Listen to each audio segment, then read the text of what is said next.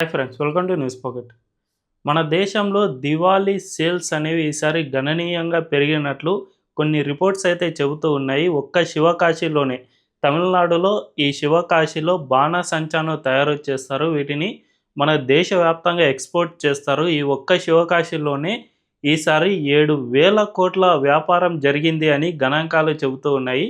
Last ఇయర్లో just 6,000 కోట్లు మాత్రమే జరిగింది. అంటే ఈసారి ఏకంగా 1000 కోట్లు అదనంగా ఆ పట్టణానికి ఇన్కమ్ వచ్చినట్లు తెలుస్తుంది. దీన్ని బట్టి చూసుకుంటే మన దేశంలో బాణాసంచానే కాదు, దీపావళి సేల్స్ కూడా గణనీయంగా పెరిగినట్లే తెలుస్తుంది. అయితే ఈ దీపావళి సేల్స్పై పూర్తి వివరాలు మనం ఈ వీడియోలో తెలుసుకుందాం. అంతకంటే ముందు ఈ ఛానల్ రీసెంట్గానే స్టార్ట్ చేసాం. మాకు మీ సపోర్ట్ ఖచ్చితంగా కావాలి. ఈ ఛానల్ వెంటనే సబ్స్క్రైబ్ చేసుకోండి అండ్ బెల్ ఐకాన్ను క్లిక్ చేయడం అస్సలు మర్చిపోవద్దు.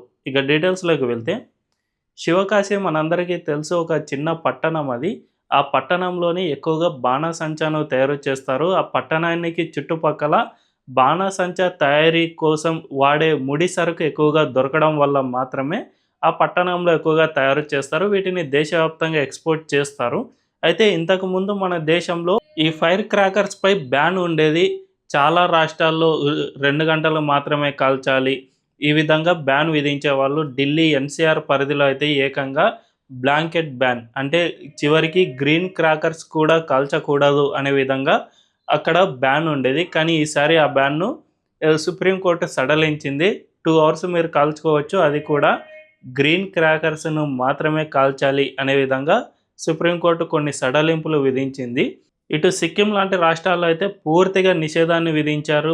మరోవైపు కోల్కతాలో అయితే జస్ట్ 2 అవర్స్ మాత్రమే టపాసులు కాల్చడానికి వీలుంటుంది. మిగిలిన సమయంలో ఎక్కడ టపాసులు కాల్చినా కూడా మిమ్మల్ని అరెస్ట్ చేసి జైలుకు తరలిస్తామని కోల్కతా పోలీసులు ప్రకటించారు. ఈ విధంగా మన దేశవ్యాప్తంగా అక్కడక్కడ కొన్ని ఆంక్షల పేరిట దీవాళీ క్రాకర్స్పై బ్యాన్ విధించారు. అయితే మనం ఇప్పుడే చూస్తూ ఉన్నాం, గతంలో ఎప్పుడూ కూడా దీపావళి ఫైర్ క్రాకర్స్పై బ్యాన్ అనేది ఎక్కడా లేకుండే. ఢిల్లీ ఎన్సీఆర్ పరిధిలో కూడా 2020లోనే ఫస్ట్ టైం ఈ బ్యాన్ను విధించారు, అంతే తప్ప అంతకుముందు ఎక్కడా కూడా ఈ ఫైర్ క్రాకర్స్పై నిషేధం అనేది లేదు.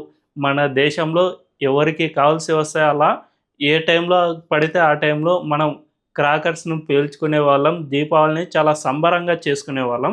దీనికి విశ్లేషకులు ఒక వాదనను చెబుతూ ఉన్నారు. అదేమిటంటే, గతంలో మన దేశంలో చైనా నుంచి దివాళీ క్రాకర్స్ అనేవి చాలా వరకు ఇంపోర్ట్ అయ్యేవి.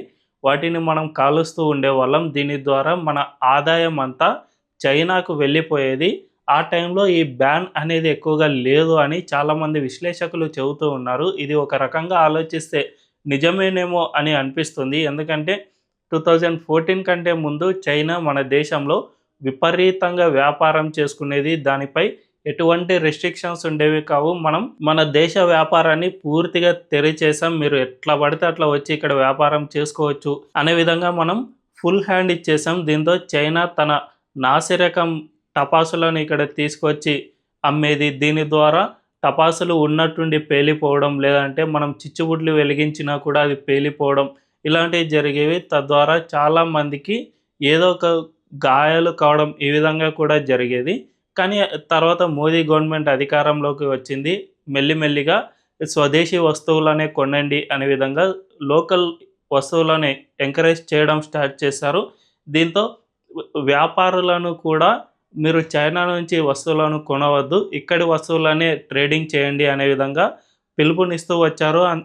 మనందరికీ తెలుసు, గల్వాన్ ఘటన తర్వాత మన దేశంలో ఈ చైనా మార్కెట్ను మరింతగా తగ్గించాం. ఇక టపాసులు ఏవి కూడా కొనవద్దు అనే విధంగా మనం జనరల్గా ఓవరాల్ పిలుపు మాత్రమే ఇచ్చాం. ప్రభుత్వ పరంగా ఎటువంటి చర్యలు తీసుకోకపోయినా కూడా ఓవరాల్గా మాత్రం వ్యాపారులను కోరుతూ వచ్చారు ప్రధాని మోదీ. దీనివల్లనే మనం చైనా వస్తువులను ఎక్కువగా ఇంపోర్ట్ చేసుకోకుండా మన దేశంలో తయారయ్యే శివకాశి లాంటి బాణాసంచాను ఎక్కువగా ఉపయోగించడం స్టార్ట్ చేసాం. దీనివల్లనే చైనా కుట్ర పన్ని మన దేశంలో పర్యావరణం పేరిట వీటిపై నిషేధం విధించే విధంగా ట్రై చేసింది అని కూడా విశ్లేషకులు అభిప్రాయపడుతూ ఉన్నారు. ఎప్పుడైనా కానీ చైనాకు లాస్ వచ్చిందంటే చాలు, మన దేశంలోని కమ్యూనిస్టులు, లెఫ్టిస్ట్ గ్యాంగ్ మన దేశంపై ఏదో ఒక రకంగా ప్రయత్నాలు అయితే చేస్తూ ఉంటారు. తమిళనాడులో గతంలో స్టెరిలైజ్ ఫ్యాక్టరీ అనేది ఒకటి ఉండేది. ఈ ఫ్యాక్టరీ ద్వారా మన దేశం కాపర్ ఎగుమతుల్లో టాప్ మోస్ట్ పొజిషన్లో ఉండేది. మనం ఇంతకుముందు ఏ దేశంతోనూ కాపర్‌ను దిగుమతి చేసుకునే వాళ్ళం కాదు. ఇక్కడే మైనింగ్ చేసుకొని, ఇక్కడే తయారు చేసి మన దేశ అవసరాలకు సరిపడా ఆ ఒక్క ప్లాంట్ నుంటే కాపర్ ఉత్పత్తి అయ్యేది. కానీ ఆ తర్వాత కమ్యూనిస్టులు దానిపై పోరాటం చేసి ఆ స్టెరిలైట్ ఫ్యాక్టరీని మూసేయించారు. ఆ తర్వాత మనం గతి లేక ఇక చైనాతోనే ఈ కాపర్‌ను దిగుమతి చేసుకోవాల్సిన పరిస్థితి ఇప్పుడు ఏర్పడింది. ఇప్పటికీ కూడా మనం ఆ దేశం నుంచే దిగుమతి చేసుకుంటూ ఉన్నాం. ఈ విధంగా ఇక్కడి కమ్యూనిస్టులు చైనాకు ఏదైతే ఉపయోగపడుతుందో దానిపైనే పోరాటం చేస్తూ ఉంటారు. ఇప్పుడు కూడా ఈ దీపావళి ఫైర్ క్రాకర్స్‌పై బ్యాన్ విధించడం వెనుక సో కాల్డ్ పర్యావరణవేత్తలు చైనా కోసం అనుకూలంగా పనిచేసే వాళ్ళు ఇక్కడ ప్రయత్నాలు చేస్తున్నట్లు విశ్లేషకులు అభిప్రాయపడుతూ ఉన్నారు. అందులో భాగంగానే ఈ సో కాల్డ్ పర్యావరణవేత్తలు కోర్టులకు వెళ్ళడం, ఫైర్ క్రాకర్స్‌పై బ్యాన్ విధించేలా చేయడం, ఈ విధంగా చేస్తూ ఉన్నారు అనే అనుమానాలైతే కలుగుతూ ఉన్నాయి. మరి దీనిపై కోర్టులు ఏ విధంగా స్పందిస్తాయి అనే విషయం మనందరికీ తెలుసు. ఎప్పుడైనా కానీ దీని వెనక ఉన్నది ఎవరు అనేది ఎప్పుడు చూడవు కోర్టులు. జస్ట్ ఇది నిజమా కాదా అనేది చూస్తాయి. వెంటనే బ్యాన్ విధించేస్తాయి. ఢిల్లీలో మనందరికీ తెలుసు గ్రీన్ క్రాకర్స్‌ను ఎటువంటి హానికరం కాదు అని మన ప్రభుత్వ రంగ సంస్థలే వాటిని అలో చేశాయి.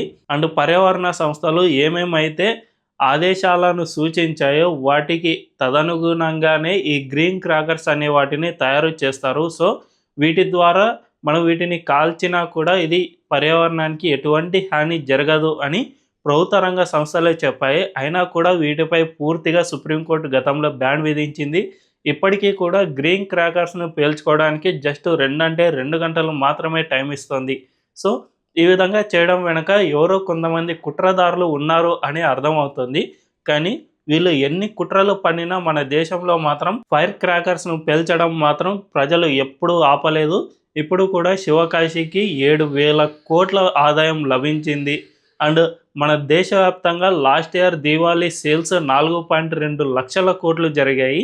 ఈసారి కూడా అంతకంటే మరింత ఎక్కువగా జరిగే అవకాశం ఉంది అని వ్యాపార వర్గాలు భావిస్తూ ఉన్నారు. ఎందుకంటే ఈసారి జీఎస్టీ చాలా వరకు తగ్గించారు కాబట్టి మరిన్ని ఎక్కువ సేల్స్ పెరిగి ఉండొచ్చు అని చెబుతూ ఉన్నారు. దీనిపై జీటీఆర్ఐ త్వరలోనే రిపోర్ట్ను వెలువరించనుంది.